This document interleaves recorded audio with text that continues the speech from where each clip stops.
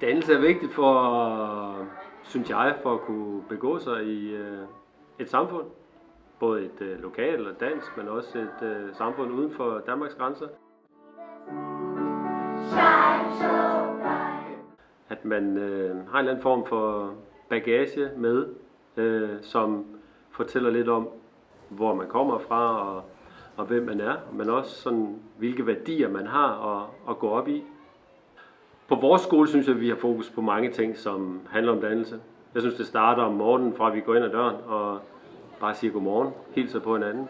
Lærerne hilser på hinanden, lærerne hilser på børnene, børnene hilser på lærerne. Det er ikke bare om morgenen, men det gør de også i løbet af dagen, og vi gør det i løbet af dagen, at man føler sig set, og man ser andre, både store og små.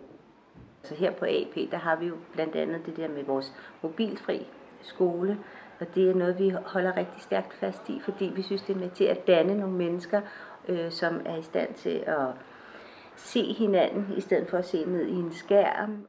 Vi har det også, når vi spiser sammen. Der er også en stor dannelse i det, at sidde og spise sammen. Hvordan spiser man? Hvordan samtaler man? Er man deltagende, eller er man lyttende? Og hvordan rydder man op bagefter?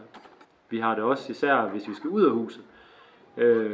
Der synes jeg, det er ekstra vigtigt, og der får man tit som lærer et andet blik, eller et mere nuanceret blik på, hvor har man sine elever henne.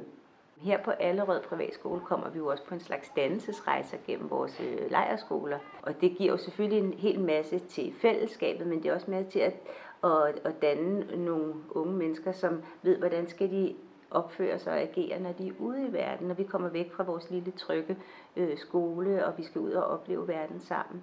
Så for mig er dannelse mange ting, og jeg synes, vi har de skønneste børn her på skolen, som vi prøver at præge ud fra den habitus og de normer, vi selv har med fra vores egen opvækst, men også i forhold til det, vi gerne vil som skole med eleverne.